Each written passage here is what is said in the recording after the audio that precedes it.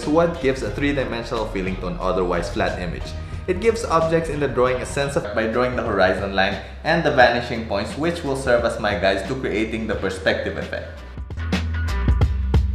Interior spaces, and it is characterized by having only one vanishing point. Then there are the two-point perspectives. These are often used to represent exterior views of a house or structure and is characterized by having two vanishing points on opposing sides of the horizon line. So this perspective technique has three vanishing points. You have your usual two opposing vanishing points located on your horizon line, and then a third one placed either above or below your horizon line. So if it creates a worm's eye view, like you're viewing the subject from below. But if you place the point below the horizon line, it will give you this bird's eye view, as if you are viewing the subject from the skies.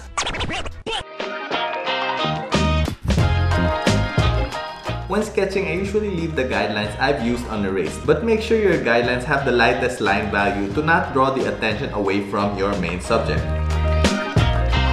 When drawing a line, I like to put emphasis on the beginning and at the end. This technique anchors your line to a page and helps give your lines a strong and decisive look. One way to all extensions or overlaps when two lines meet. This will help corners look sharper and less rounded.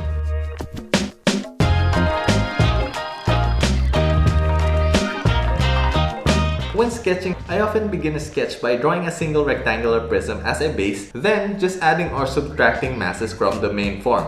I find it easier to sketch the exterior of a building by drawing some rectangular prisms to determine the massing, and later on refining the overall shape by drawing from these prisms. And thicker or thinner, you can add a whole new dimension to your sketch. I usually use darker lines to outline the main shape of the subject, and I use lighter lines for the finer details.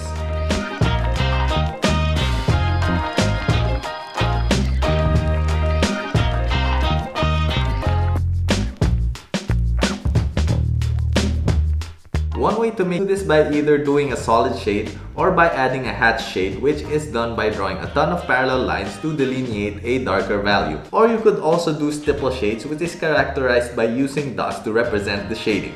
Drawings done with shade and shadow tend to convey emotions better than line drawings. And through practice, not only do you get better at sketching, but you will also find your own style that will make your drawings unique.